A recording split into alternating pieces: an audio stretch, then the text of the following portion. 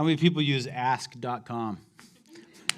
Probably not many. Anyways, we're in a series called Christian. We're starting it out today. And I just wanted to kind of get this out of the way. You know, I'm a fan of leadership books and blogs and those types of things. And a common theme that I've been seeing over the last several months or the last year has been that in times of crisis, right? Like we kind of have been coming out of a time of crisis, but through times of crisis, one of the best things to kind of do as you're rallying people is to go back to the basics, kind of go back to the foundation of kind of your organization or your church or what that might look like. So today we're doing that. We're starting a new series.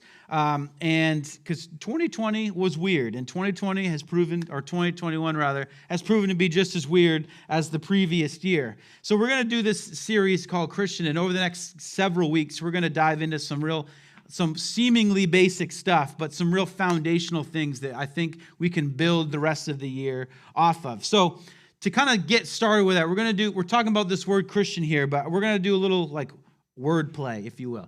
So the first slide here, you know what an American is, right? That's pretty easy. You know what an American is. I was born in Bangor. I'm an American. I was born here. You know what a Canadian is, right? They say A.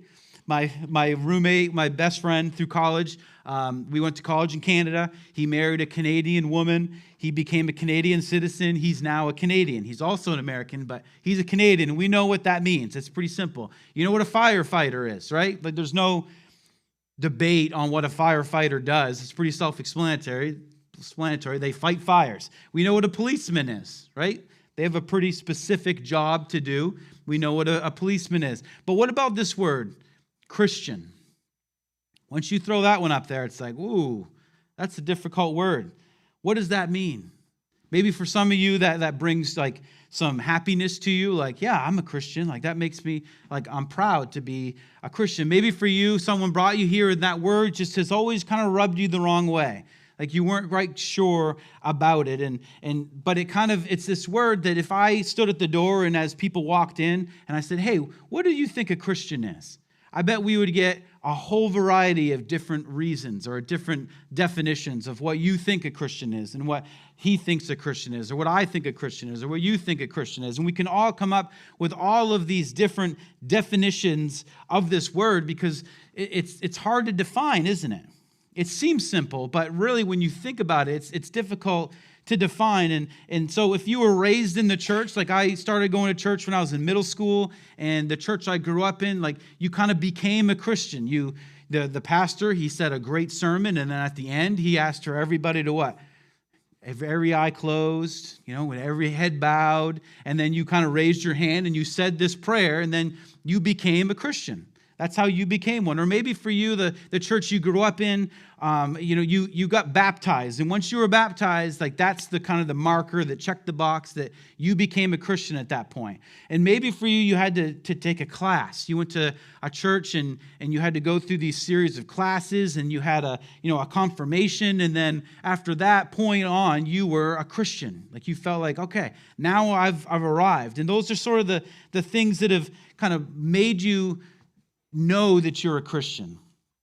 I grew up going to a Wesleyan church. Probably most of you have never heard of a Wesleyan church. I had never heard of it. I didn't grow up going to church, but we went to a Wesleyan church. And even today, I tell people, I grew up at a Wesleyan church. And people are like, what's that? I've heard of Baptist. I've heard of these things. But I grew up kind of thinking like, this is the brand, right? Like I thought my brand was the brand, the true brand. Like we were the real church. Those other churches, like they're doing something different over there. You have those liberal Methodists that they do their thing. And I thought that we were like the ones, or maybe the First Baptists, right? Like they're better than the Second Baptist churches, but they're still, they're a little uptight over there. And you don't even see a Third Baptist church because I don't even know. They can't have that many, I guess. But everybody sort of thinks that your brand is the true brand, right?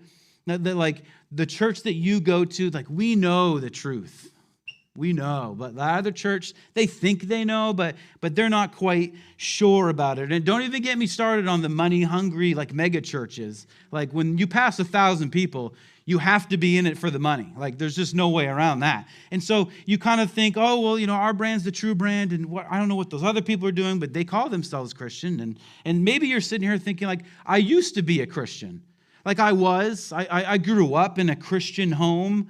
I was a Christian, but I'm not really a Christian anymore. And then some of you might be thinking, well, once you're a Christian, you're always a Christian. Like you can't unbecome one. You just, once you're saved, always saved. That's how it works. And some of you, maybe you grew up thinking, no, like you can be a Christian one day, and then the next day you could not be a Christian. Or, you go out with the guys, and you're driving home at night, and you did some things you probably shouldn't have done, and so you're just white-knuckling it till you get home, hoping you don't crash, because if you do, it's just a one-way ticket, right, to the bad place. And so you're thinking, like, I could lose it. And some of you are thinking, you can't lose it. You have it, you have it. And some of you, or some of us grew up, it's all about what we believe. As long as I believe the right things, I'll be a Christian. I'll be okay. And then some of you on the flip side, maybe you grew up thinking it's all about how I behave. That, I can believe different things, but as long as I'm a good person, that makes me a Christian. So is it what I believe, or is it how I behave? Is it what I believe, or is it how I behave? And maybe if you're watching online, or maybe you came here and someone brought you here, you're visiting, I don't know, and you might think, I hate Christians. That might be your thought. And I think some of us have been there before. And maybe this is a definition we came across of Christians. They're judgmental, homophobic moralists who think that they're the only ones going to heaven. And they secretly relish the fact, and maybe not so secretly, relish the fact that everyone else is going to hell. Believe it or not, that's kind of a common definition if you ask a lot of people outside of the church.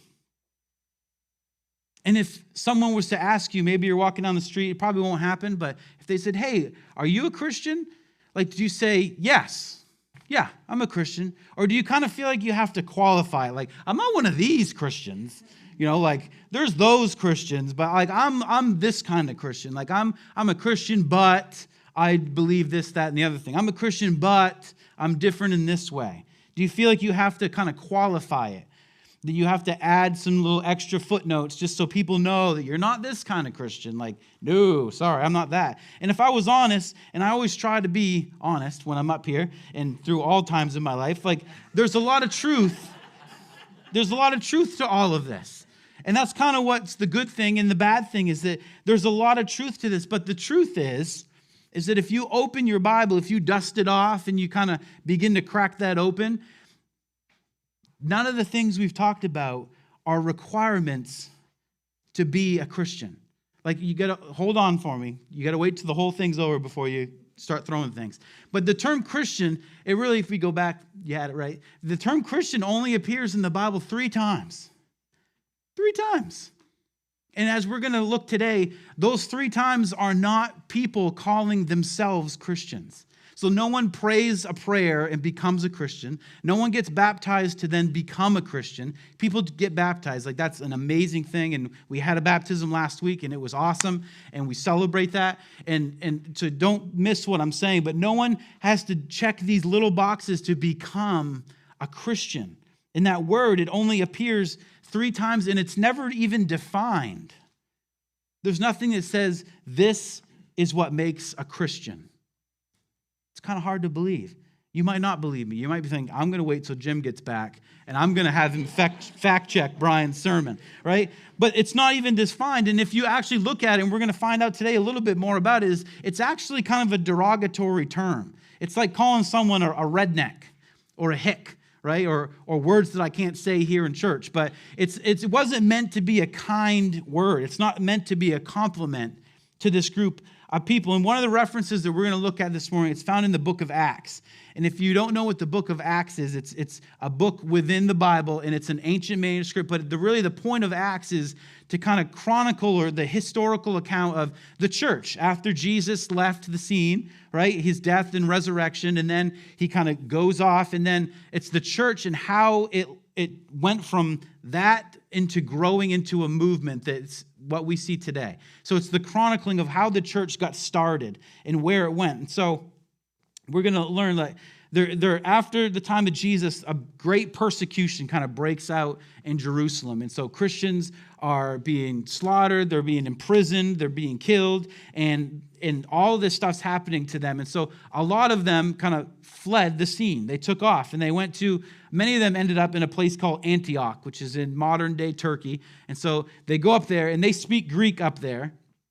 And the apostles, they start to hear words that, hey, there's like a lot of these new believers up there in Antioch. We need to check out what's going on up there. So they send a man named Barnabas, and he goes up there and into Antioch, and he sees what's going on. He sees a whole slew of people, like a whole bunch of new believers, and he thinks, I need some help. So he calls in the real MVP, right? Paul. He calls in Paul, the super Christian, to kind of come help him. So he goes and he finds Paul. And so that's where we're going to pick it up. In Acts chapter 11, verse 25, it says, Then Barnabas went to Tarsus. That's where Saul is from, and Saul later becomes Paul. But he went to Tarsus to look for Paul. Imagine you need to find someone and talk to them, and you can't call them and say, hey, where are you? You have to physically, this could be many days' trip to hope that Paul is even there. And so he shows up, he finds him, and when he found him, he brought him up to Antioch. So the two of these guys, they go up to this place where there's a whole kind of like this movement that's starting to form, a new church, and people are being added to their numbers. And it says, so for a whole year, Barnabas and Saul met with the church up there, these believers, and they taught great numbers of people. They taught tons of people. So there's this big movement, and it's growing by the day. And all of these people are being added to it. And then it says this, the disciples were called Christians first at Antioch. So this is like the first time that this group of people who are believing in Jesus and what Jesus did for them, and they're hearing the good news of Jesus, and this is the first time that they're called Christians. They were called Christians for the first time up there. And notice that it says the disciples were called Christians. They didn't call themselves this. This wasn't like the title that they brought up. They didn't have, Christian on the back of their buggy, and they weren't wearing t-shirts that said, hey, I'm a Christian, ask me about it. They didn't call themselves this. This was a term that was thrown on them by the people around them. And to kind of show you a little bit more into that, we're going to look, there's this guy named Tacitus. Has anyone heard of Tacitus? Right? Me neither. I hadn't heard of him. But he is a Roman historian. So he chronicled a number of emperors back in the first century, and he kept a history, and it's a widely accepted history outside of the church. If you went to college and you studied history, you probably read some of Tacitus's work. So he tells us an account of this emperor named Nero. And if you've heard of Nero, he's kind of synonymous with fire. I remember Nero because when I was in the 90s, I would download music off LimeWire, and we'd burn it to CDs, and I would use a program called Nero. Maybe you'd never heard of it. But anyways, that's where Nero reminds me of, is this burning topic. So he burns down Rome. That's his claim to fame. He wanted to start fresh, so he burns down the city. And as you could guess, not everybody was excited about that. They lost their homes, businesses, and all this stuff. So they're freaking out, and they're blaming him, and they're angry with him, and they're rebelling, and they're just mad. And so he does what any great leader would do. He picks the lowest group possible, and he says, actually, it was the Christians' fault. It wasn't us. I didn't do this. He blames the Christians. And so Tacitus chronicles this for us, and he says this. Consequently, to get rid of the report, or the report that Nero burned the city down, Nero fastened the guilt and inflicted the most exquisite, which is an odd word choice for this, the most exquisite tortures on a class hated for their abominations, and we're going to get to that in the coming weeks, called Christians. So they're on the outside, and they're saying that Nero threw the blame on this group of people, this hated group of people called Christians by not themselves, but by the populace. So the general public is referring to this group of people that they see as a follower of this man, Jesus. And there's this common theme among these people. And so we need a word to kind of describe them, right? You can't just say the people who believe X, Y, and Z. So they come up with a word that to them makes sense, and they call them Christians. And so the populace is calling them that. And so it says, Christus, from whom the name had its origin. So this part, this really kind of like blew my mind in a way. I thought this was really cool. So maybe you'll think it's cool, maybe not. But it says Christus, from the name or where it had its origin. So they're saying that the term Christian came from this man's name. And so these are Greek-speaking people. And so we know that the word, if you had a dictionary, you might know. But the word Messiah translated into Greek is Christ or Christus. And so all of these Greek-speaking people, they weren't waiting for a Messiah. That wasn't like what they believed. That wasn't their religion. They weren't waiting for a Messiah. And so they thought that Jesus Christ, like that was his name. Like there was Jesus Christ, Mary Christ, his brother James Christ. But we know that that's not the way that it was. Like Christ meant Messiah. And they're saying Jesus the Christ, the Messiah. But they coined this term because they just thought that's his last name. Because everyone's like, oh, we worship Jesus Christ. We worship Jesus the Messiah. So that must be his last name. And it says that Jesus suffered the extreme penalty during the reign of Tiberius at the hands of one of our procurators, Pontius Pilate. So Cornelius, that's an awesome name if you're looking for a baby name. But anyways, so what I think is so cool about this is obviously it's saying that they were named Christians, but by the people. They didn't call themselves this. And we're going to drive this point home. But another thing that's cool about this is this isn't from the Bible. This is an ancient historical document that proves the existence of Christ and the death of Christ. It's not something that was a religious document that was found in the Bible. So it's totally separate and outside. And so I bring all of this home to say that the word Christian, it's tricky. It's kind of icky at times. And before they got their nickname, they referred to themselves as something totally different. They weren't calling themselves Christians. They were talking to each other, and they referred to each other as something that was way, way higher up in the qualifications. Something that really is sort of terrifying if you think about it, because this word is so almost well-defined in the Bible that you can't hide from it. It's a term that, like American, like Canadian, like police officer, it's well defined, and so it's hard to get around what this word means.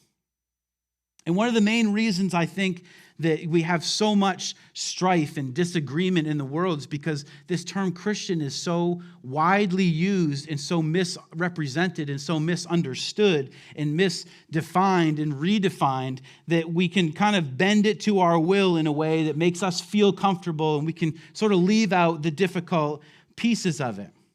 So you can claim to be a Christian, and you can, pretty much, you go to church every week, and you can do all these things, and no one can kind of wrestle with you on that because you can't prove like, hey, well, it says here, a Christian does not do this. A Christian only does that. It's not defined clearly in the Scripture. And so we mentioned this word, and I'm going to show it. It's called disciple.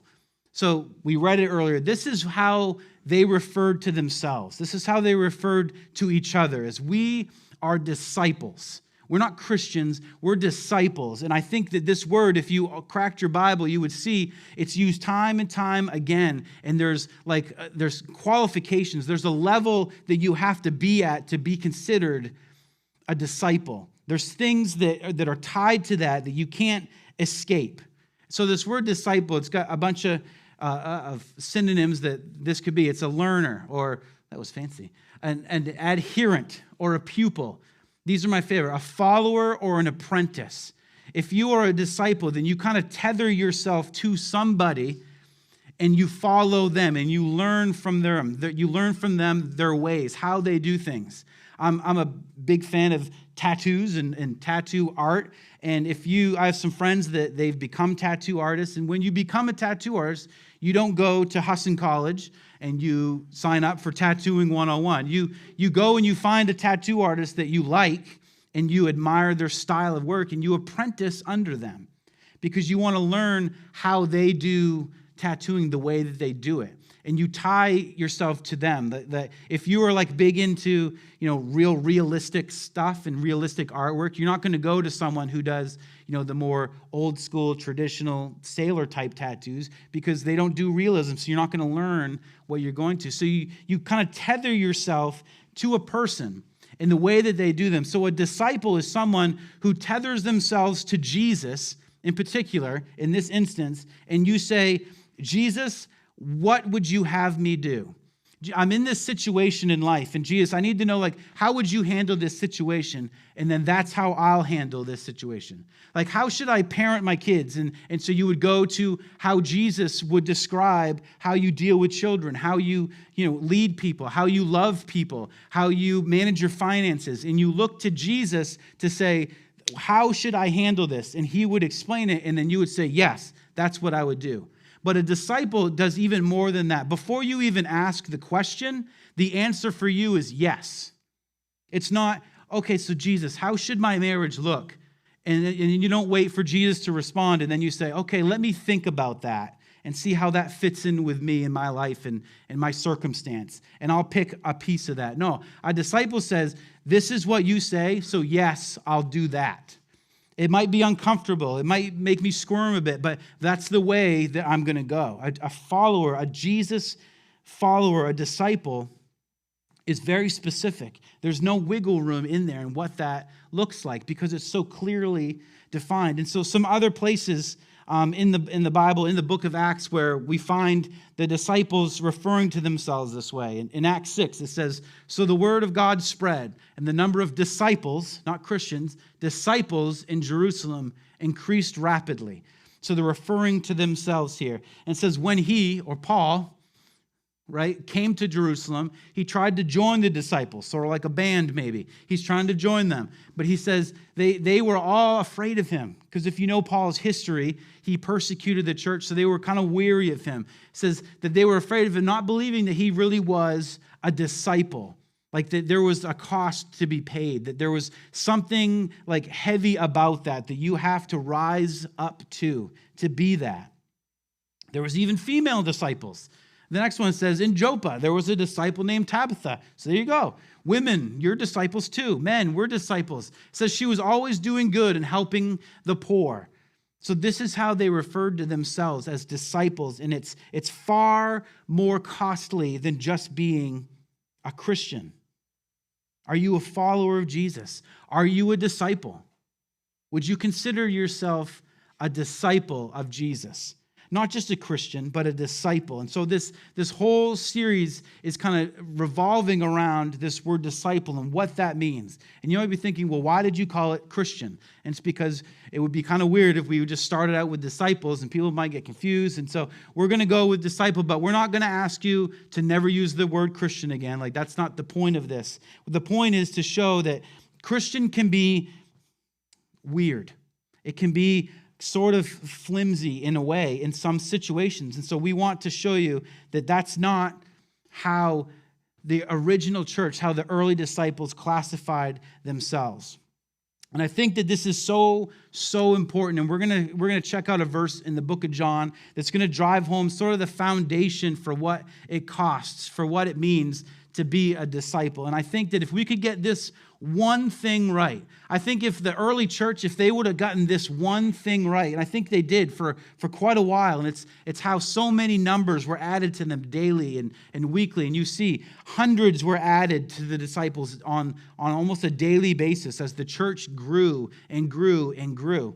And I think that if we could get this and take it seriously, and if those who came before us would have taken this seriously, there probably wouldn't have been a World War or World War II, and there probably wouldn't be racism in our culture and in our world. That if we could get this one aspect of Jesus' teaching, this one, like the first rung kind of on the ladder to being a disciple, right, the world would be a much, much different place. All right, so we're going to find out what that looks like. And we're going to find it in John chapter 13. And so this is a book. It's written by a man named John. And he gives us kind of a close, intimate story of Jesus. At the time, he's getting near his death. It's getting close to the resurrection time. and he knows that he's only got a limited time left with these guys. And so he's like, my time is running out. I need to share a few things with you before you leave. It's sort of like, when you're sending your kid out into the wild, they're leaving for college or whatever. There's some things that you gotta know these last few things before you go. Like, I know we spent a lot of time together, but I just need to drive this home that you understand this one thing. And so we find the disciples, they're together, they're eating the last Passover meal, the last Jewish Passover that they would enjoy together. At this time, Judas is gone. He's ready to sell out Jesus. So it's just the 11 there. And Jesus says this. He says, my children, and I think that's going to come back here in a second. My children, I will be with you only a little while longer. My time is limited. I need you to lean in at this point. He's saying, I've got a couple things left. I've shown you so many things. I've taught you all these different things, but I've got just a limited time left, and I need you to hear this. It says, you're going to look for me, and just as I told the Jews, so I tell you, where I'm going, you can't come. I've got things that I have to attend to. He's got plans that he needs to accomplish that they can't go with him. And so they're going to leave, so he needs to make sure that when he's gone, that they know what they're going to do. They need to know how to move forward when he's gone, because they need to kind of drive this thing forward to become the movement that Jesus has planned for them. So he says, where I'm going, you guys, you can't come with me. He says, a new command I give you. A new command, something that you need to follow, a command, which is not something that you can kind of veer away from or dodge or whatever, a command that I have for you. And this word new, it's not like a brand new thing that was just newly created. It kind of meant like strange or remarkable, or to like rebrand or to make new again. So he's saying, this is probably not new to you guys, but I have a new way for you to think about it. He says, a new command I give to you, love one another. And these guys are probably thinking, Jesus, we've heard your love sermons before. Like, we understand this. This is not new to us. You're saying it's new, but it's not really new. He's saying, I want you to love one another. This isn't a feeling. This is an action. I'm calling you to love one another. And the thing about this is it's kind of easy to kind of say like, oh, well, like I can love people. Like I can love those who love me back, and I can love my friends and the people that I'm close to. Like, that's easy. But Jesus, he kind of goes on and defines it even further just to make sure that they know how serious he's talking. And he defines it. He says, I want you to love one another. He says, as I have loved you. I was the one that loved you first. As I've loved you, so I want you to love one another. He gives you the example. He raises the bar, that this isn't just like, I want you to be kind. He's like, I want you to love. And I want you to love to this level, the level that I first loved you. And I imagine that he's sitting there and he's looking at Matthew, who was with him, and he says, Matthew, I want you to love like I loved you. Do you remember, Matthew, what you were before I showed up? Like, you were a tax collector. Like, no one liked you. You were like the worst person on the planet. Everyone hated you. No one wanted to hang out with you. And the rest of the guys, when I first showed up and I was like, hey, Matthew, come follow me, everyone was like balking at it. They were like, don't invite Matthew. Like, we're trying to start something here. He's the worst guy. But I loved you first. And then, and then he's saying to the rest of the guys, you remember when we went to that party at Matthew's house and you guys were freaking right out? Like, Peter, your mom was, if your mom knew where you were, she would just disown you, right? And so we showed up to this party and I just loved on Matthew. I want you guys to love like I loved Matthew. I want you to love like that. I think he looked at Nathaniel and he says the same thing. He's like, I want you to love like I loved you. Nathaniel, when he first showed up on the scene, he said this famous phrase. He said, can anything good come from Nazareth? Talking about Jesus when he heard him. Can anything really good come from Nazareth? And Jesus is like, you totally like dissed my whole family. And I still said, follow me. Like you totally like wrote off my whole lineage and said like, nothing good can come from there. So he must not be good at it either. So you totally were like making fun of my mom. Right? And I said, no, Nathaniel, come, follow me. I showed you love when no one else would, when maybe you didn't even deserve to be shown love. I think he was like, guys, remember that sermon I preached? Like that Walking Dead sermon when I said, you got to drink my blood and eat my flesh. And everyone around me was like, this guy has lost it.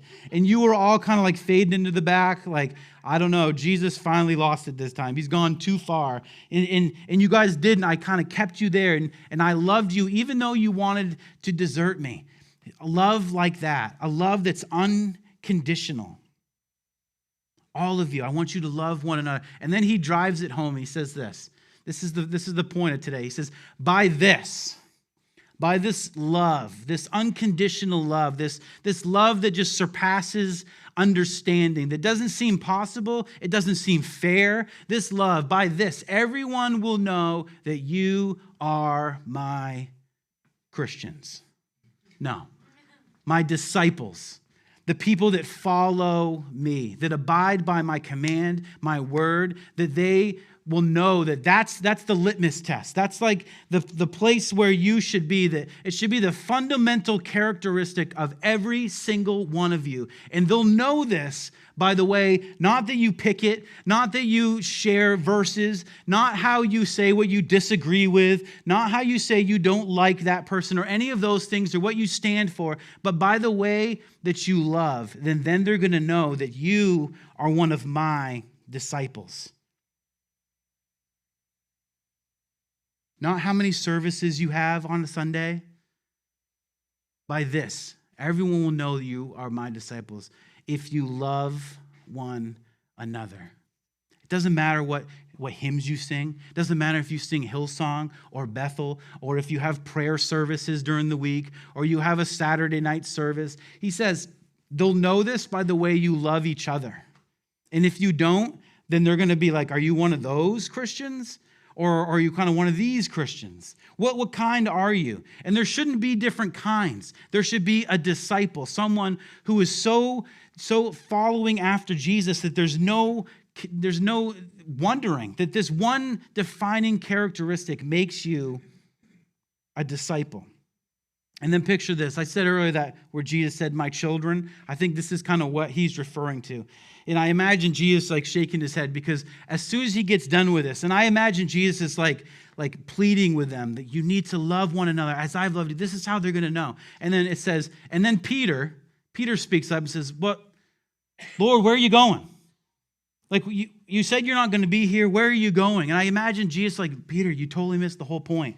It's not about where I'm going. I said you can't go, so that's not the point. And Peter's probably like, well, is Andrew going? Because if he's going, I want to go because it's not fair if he doesn't get to go. And just like with your kids, you kind of explain something to them and they pick like the weirdest detail to focus on. You're like, no, it's not about where I'm going, Peter. And Peter's probably like, but Jesus, I'll go with you, right? Like I'll follow you to the ends of the earth. I'll die for you, Jesus. And as we know, Peter, he denies Jesus not once, but 3 times. And Jesus like, it's not the point, Peter. You've completely missed it. Lots of people are willing to die for a cause.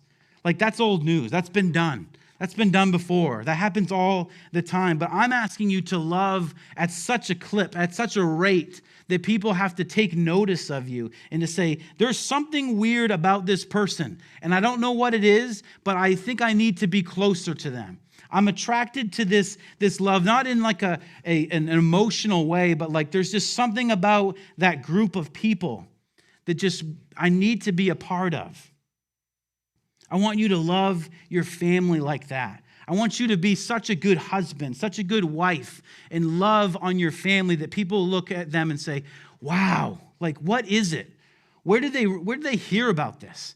Like what's making them to be this type of person? How are they getting to that point? Who would do that kind of love? That's what I think. I want people. I think that's what Jesus is talking about. Is that he wants to look at people and say, who would do that? Like, who would love someone who is so unlovable and love them so well? I think Jesus wants us to be disciples and followers of him and love each other so much that people would say, man, I might not believe what they believe, but I really hope my son or my daughter marries a Christian because they're just so kind. They're just so loving. They make the best parents. They make the best siblings. Like they're just such amazing people. I hope some Christians move onto our street because they're just so kind. They're the best neighbors around. I'm hiring, and I hope a Christian applies because they're just such good employees. Or I hope my boss is a Christian because they're just so fair. They're just honest and they're fair and they do what they say they're going to do, and they just treat us like royalty. That kind of love that just surpasses understanding. That's what Jesus is calling us to. And if you're not that, you've got to ask, am I a disciple of Jesus? Am I a disciple, or am I just a Christian? A couple weeks ago, I took to the Facebook and I asked a question. I said, what do you wish churches would talk more about? Which is a very dangerous thing to put out on the internet at this time, but I was like, let's do it. And so I put this out there, and I got a variety, like my mom joking, she's like, hell and damnation. And I was like, okay, Mom. And so she was joking, by the way. But so you get all these different things, and so here's a list of a few things that people commented on. They said, living the truth that you preach. Hypocrite goes along with that, right? That we say all these things, and then we turn around and we do the complete opposite. Saying you're a Christian but not acting like a Christian. This person actually said, saying you're a Christian but not acting like a Christian, or saying you're a Christian and acting like a Christian is way different in America. This person wasn't born in America, and they've figured out that there's something different about American Christians and the way they say and then act differently. What about this next one? Love your neighbor. It says it on my shirt, actually. Didn't plan that one out. But loving your neighbor. That we have this thing we talk about, but then you often hear that, those Christians, they are the worst neighbors. They complain about everything, right? This loving your neighbor. What about this next one? This one, actually, it started off, I had to shorten it to fit it on here. It said, honestly, ? Do you really want me to tell you what I think churches should talk more about? Unconscious bias, human trafficking, substance use, white fragility, sexual assault, and interpersonal violence. And here's the kicker. Here's the thing, and here's the reason I bring this up. Imagine if we were a church of disciples, or the church was a church of disciples, and that we took seriously the fact that we're supposed to love each other like Jesus first loved us. I don't think there would be an issue with us living the truth that we preach. I don't think people would be saying we're acting differently than what we preach. I think we would be the best neighbors around. I think there would be no unconscious bias. There would be no need for human trafficking or substance abuse and all of these things that try to fill voids that the love of the church and the love of Jesus should fill. And that all of this stuff wouldn't have been commented. I probably would have typed that out there and it would have just been a sea of nothing. Because we would be so known by love that we wouldn't have to, that this would just be a part of us. That the world would be such a different place. That our city would be different. Our church would be different. Our community, our nation would be different. I think if we took this seriously, you wouldn't have the polarization that we have in our country. That no, obviously disagreements happen. Like people disagree. I had a person was texting me this week, completely out of the blue, and he's texting me about vaccinations and masks, and I'm like, dude, we disagree. I love you. I was like, hey, we disagree. I love you. There's nothing we can change about that. And what turned out to be I was like, whoa, where'd this come from? I didn't ask you this. And then all of a sudden it came down to it, but then I was like, dude, I love you. And then he was like, yeah, I love you, man. And it's just, I don't know why, this just got me fired up. And we ended up, and it was great. And we disagree, but we loved each other more than our disagreement. And that's just an example. If we could just get this one thing right. And so I'm going to close. I know I'm running out of time, but I got two things I want to say. If we could just go on a rebranding campaign, that we weren't known as the church that had a cool set design and amazing coffee, obviously. If we were a church that when people, I've been in church a long time, and everyone says oh, where do you go to church? I go to Journey Church. What's that like? He said, oh, we got great coffee. The message is relevant. We got a full band usually. not lately, but the music is great. Like, it's just, we got an awesome kids ministry. Like, it's great. And like, that's how we describe our church. But what if when someone said, oh, I've heard of Journey Church. The way those people love, it's like almost creepy. Like, they just love everybody to a way that's just like, it doesn't make sense. The way that they serve and they love their community, it's beyond measure. It's almost like they read the Bible and Jesus said to love one another and they did it. It was the weirdest thing, right? Like, what if we rebrand? And so, but the first thing I want to say is, could you give me 7 days? The next 7 days. This series is going to go through a whole bunch of stuff, but and the danger of a series like this and a message like this in particular, when we're kind of like preparing this and I'm reading through like the content that we're going to present, the difficult thing is that I felt like people are just going to think this is a fluff message, right? And Journey Church, they got those fluff messages over there that just make people feel good. And so like, I'm just thinking, the thing is like, I know that there's so much more out there. I know that there's forgiveness and there's grace and there's truth that's needed and there's sin that has to be talked about and there's all of these things. But the thing that I think the reason we're talking about something so foundational as just loving one another is because all of those things don't come into play. They almost don't even matter if you can't love one another. This is like the first rung on the ladder. To even become a disciple, you've got to get this right, because if you don't, all the rest of that, it's really going to be a moot point. It's not going to matter. This is the thing. So if we could, for like the next 7 days, just when we wake up in the morning, just think, I need to love. I need to love my neighbor. I need to love my spouse. I need to love my kids and just love them more than I did yesterday. I need to love that guy down the street who just drives me nuts. I need to love my coworkers or my boss when they ask me for the 12th time if I've, done this thing, and I need to love on them, and I need to love the employees, the people that work under me. If we could just do this for 7 days, I think our church, our community would begin to shift a little bit.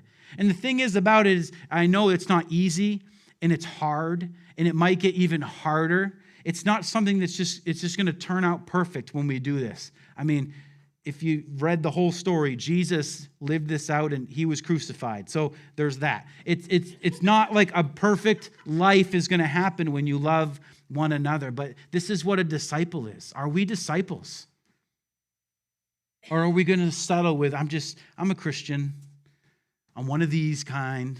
I'm not that kind, but I'm a disciple. There's no differentiation between that.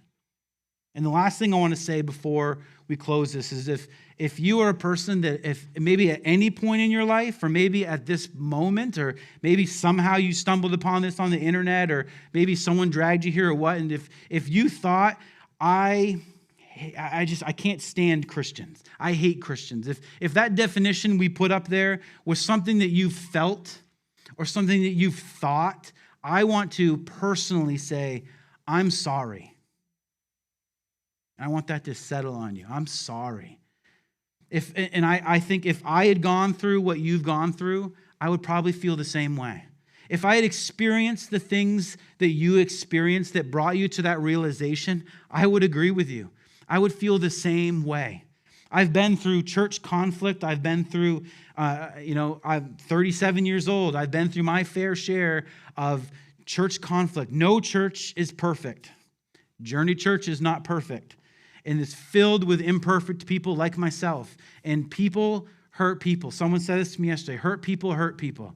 And I know that there's things that have happened in your life that have made you question, do I even want to be one of those people? And I want to say I'm sorry that we've gotten to that point. I'm sorry that that's how you feel, but I hope that you can maybe give Jesus a shot. That I know that you might never want to be Christian and that kind of has some negative things, because let's be honest, a Christian is dodgy. It can mean so many different things. It can be, a person that was that definition up there, or it can be a person that's filled with love who's a disciple. As a Christian, as the great Patches O'Houlihan said, you can duck, dive, dip, dive, and dodge questions as a Christian. It's easy to kind of like get out of the way, like, I'm not that kind of a Christian. But if you're a disciple, that's a whole different story. You're kind of locked in on that, and you're held to a different standard. And so I just want to ask you, are you a disciple? Are we disciples? And if you're not, I encourage you to seek Jesus out. In this series, it's going to be filled with kind of next steps in that. But I think this is the foundation that we need to start with, that we need to be a church that's filled with love. So 7 days. You give me 7 days, you can call it Love Week if you want, right? Come up with a fancy name for it on Facebook. But we're not going to make an event for that. It'd be a little weird. But I just encourage you guys, all right? So I'm going to pray for you real quick, and then we'll get out of here. God, we love you. We thank you for your word, God. We thank you that you just lay it out so clear for us, God. I pray that as we go about this week, that we don't think about, all the different things and the issues of this world, but that we can just think, how can I love somebody better? That I might disagree with this person, and we might be coming from two completely different areas in life, but before I get to our disagreement, can I just love them? And I pray that you help us to do that, to love people even when they don't deserve it, and to love them more and more every single day. God, be with us. Be with Jim and Tanya over these next several weeks. Pray that you give them peace. Help us to love on them in any way that we can. And just be with these amazing people, God. In your name we pray. Amen. I encourage you guys to come back next week. We have a guest speaker named Jeremy Mann who will be here. He's from the Rock Church. He's going to be preaching. He's a phenomenal speaker. He's super funny. So I encourage you to come out for that. We're going to have a couple of different speakers over the next few weeks, and I think you guys will really enjoy it. So I'll see you next time.